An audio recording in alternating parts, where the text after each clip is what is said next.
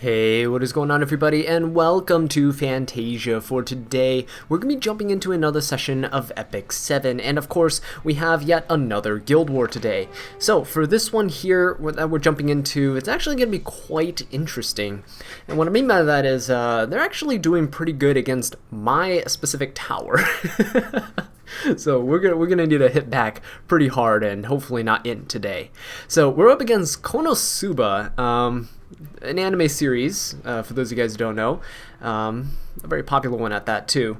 Alright, so looking here, ignore this Zekken or whatever down there, that was from the previous Guild War. But here, I got hit 3 times and they demolished my defenses all 3 times. I mean, I can understand the second team.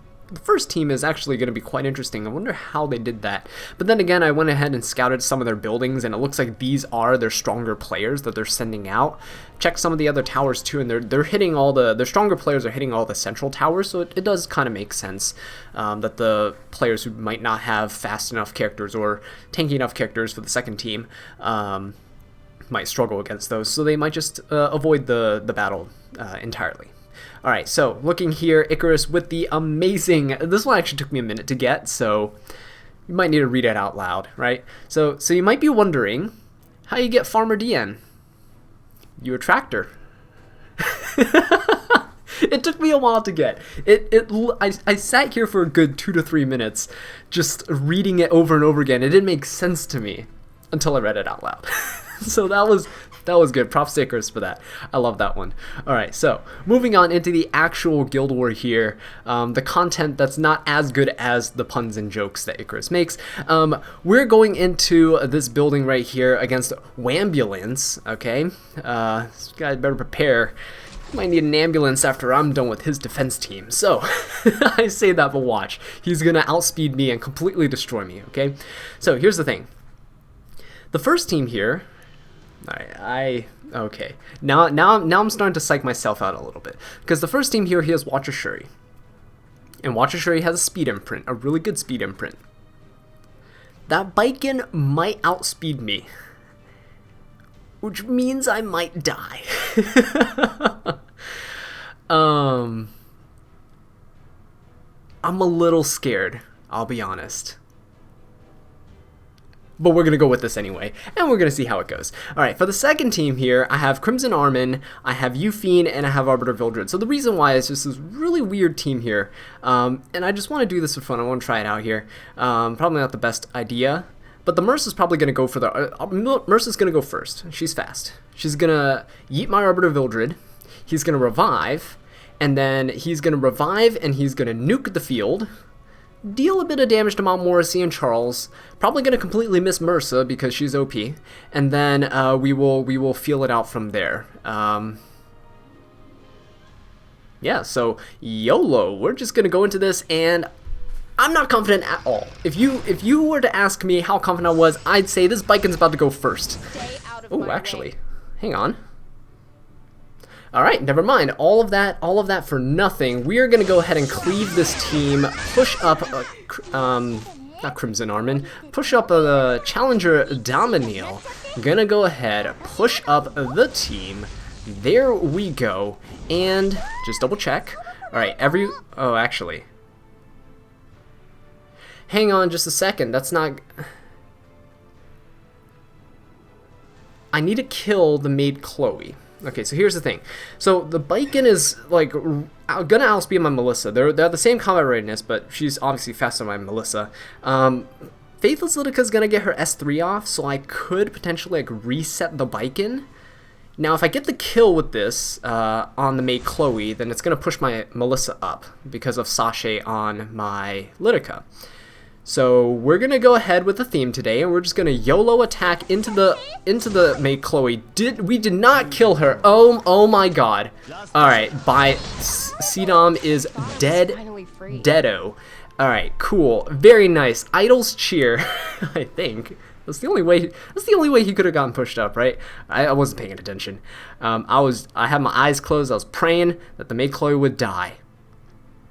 So that means we're going to go ahead and YOLO here. We're going to go ahead and S3, and hopefully this kills the mate Chloe. Gives my team a bit of protection. That's going to be nice. Melissa will hopefully just finish the job here. Alright, there we go. Pushed up in front of Baiken, as you can see, due to the combat readiness boost. Very, very close. We still almost got outsped. That is ridiculous. Alright, we're going to go ahead on this Baiken. And, yeah, she's she's pretty much dead. Rest in peace, C-Dom. Yikes. Alright, very nice. So there's no way we can lose at this point. Well, there's no way we could have lost once the, once I was able to secure the kill on the mate Chloe, basically. Alright, so that's unfortunate. C-Dom just lacking that one flat attack stat roll. Just shaking my head, man, shaking my head. Alright, anyway. This actually turned out to be pretty good for me. Mersa didn't kill. Now, she silenced my Arbiter Vildred for 2 turns, but that doesn't really matter, because he's still going to do incredible amounts of damage here. Charles is going to go. He's completely fine. We're just going to nuke Charles off the face of this earth, so that I only have to deal with the Mersa here. Alright. Greater attack buff is fine. We're going to go in. Of course, Mersa dodges that like a champ. Alright, Euphine, there's no damage mitigation on their team, so this should just one-shot the Charles. Alright, there we go, very nice. Euphine is an absolute boss. This Mersa's not dealing a lot of damage.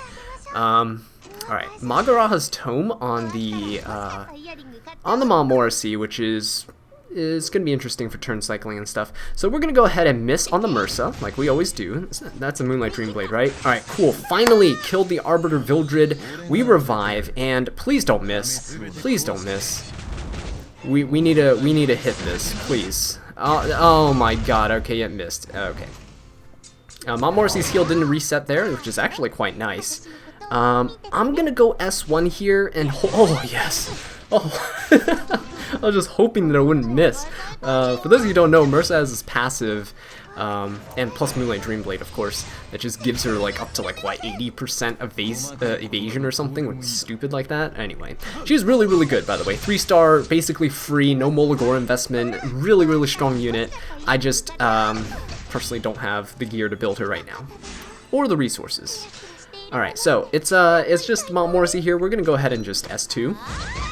It seems to be a little on the tankier side for this Mount Morrissey, as you can see. Not dealing that much damage. 18k HP, quite good. And the Magaraha is going to help her cycle, so went for the S2 on the Euphine to get the attack buff up, and then we're just going to nuke her. Nuke her on the next turn if she doesn't die here.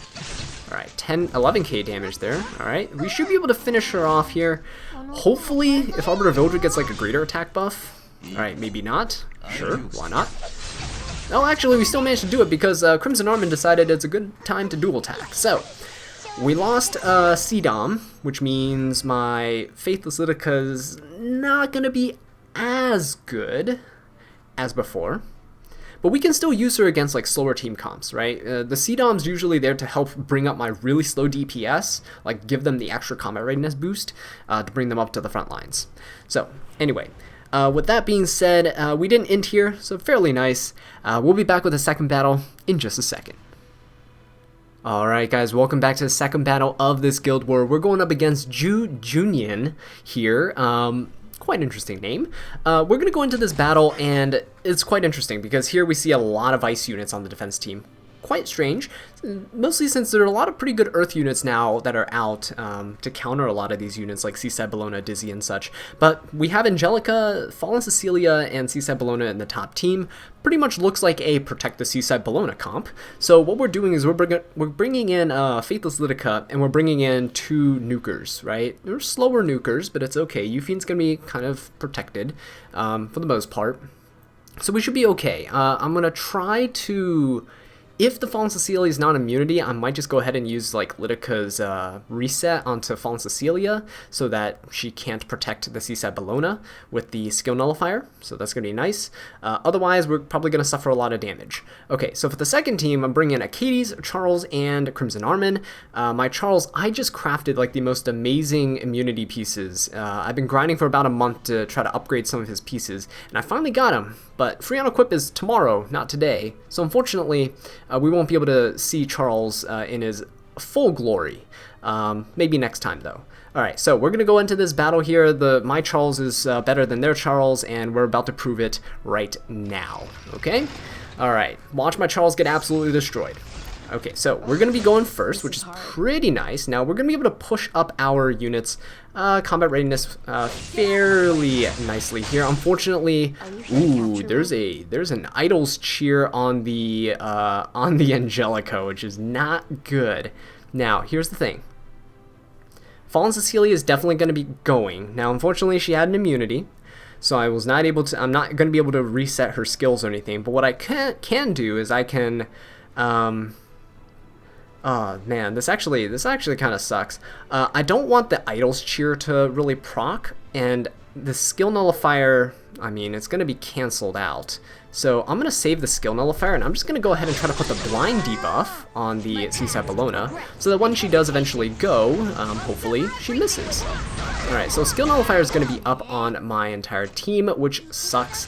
But it should be fine. Now, if the Little Queen Charlotte, good, Little Queen Charlotte went first. So I'm actually going to go ahead and tap the Seaside Bellona here. Please, please, please, do not land defense breaks. Oh, she actually hit 2 out of 3 of my units with a 50% blind debuff on her. Alright, she's buffed. She doesn't have a defense buff. She has a barrier, which is annoying. But this should kill her regardless. There we go. So, Protect the Seaside Bellona comp is now destroyed. Pretty much we just won at this point. We got rid of their damage dealer. So Faithful Solidica might end up going down here. Like, that's the unfortunate thing, but it's okay. Actually, she's about to go. But she's provoked. I would be able to put up the S3 for the skill null, but doesn't look like that's going to be the case. Alright, we're going to go ahead and just go an S3 here. Going to recover some HP and smash this Fallen Cecilia on the head with a giant sword. She's actually almost dead. Wait a minute. That provoke literally just sealed her fate. Alright, so, with that being said, we're just going to go ahead and try to strip a buff there. Nope, a lot of resistance, but that's okay. Let's see if we can strip anything with this. My Faithful Solidica has like no effectiveness, so I don't expect her to strip any buffs. Alright, the annoying thing is, this is an Angelica with Idol's Cheer. Now normally, it's going to be very problematic for a lot of players that don't have nukes. Fortunately for me, had the foresight to bring 2 of them into this battle, so I don't really have to worry. I would eventually be able to just soul burn Yufine S3 into an S1, and that will be that. Alright, so here's the cool thing here. Akadi's, I don't care if she gets debuffed by Dizzy, really doesn't matter. Dizzy's going to go before my Crimson Armin, but Crimson Armin and Charles both have immunity, which is nice. So I'm going to save Akadi's cleanse here, and what I'm going to do, so his Charles is faster than mine. I'm going to go ahead and pop an S1 onto this Dizzy, there we go. Because what's happening here is my Crimson Arm is going to go after the Dizzy, so I can put a invincibility and immunity on everybody. Alright, that was a stun. Abyssal Crown. So now we know what artifact he's on. So there we go. Gonna go ahead and put that up. Abyssal Crown, by the way, ignores effect resistance, so it ignores. I could have 300% effect resistance, and Abyssal Crown says no, screw you, you're stunned now.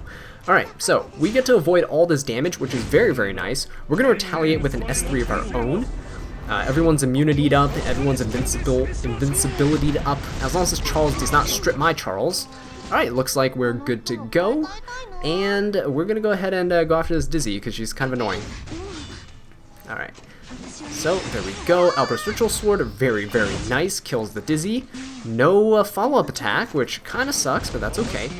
Charles is going after my Crimson Arm and strips her buffs, but that's alright. We're okay with this. At this point, because Crimson Arm is the unit with the lowest HP on my team, that's going to be who Charles goes for. So my Charles is pretty much safe to do whatever he wants to the enemy Charles, which looks like it's going to be a one-shot here.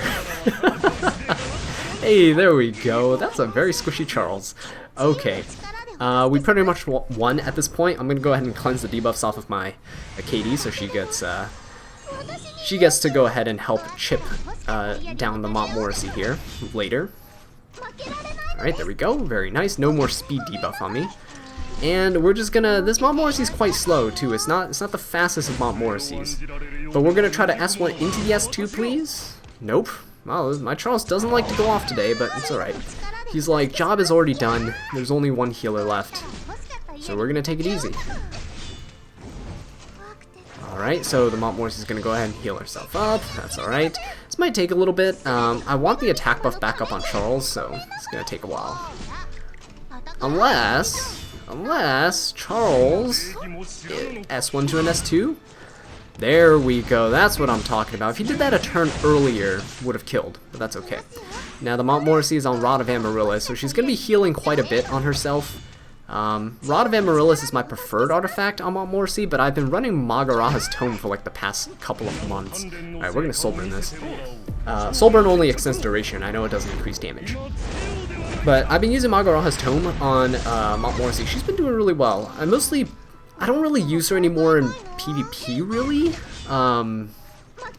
I mostly use her in like Hell Raids and content like that, so she's been doing pretty well in those types of content.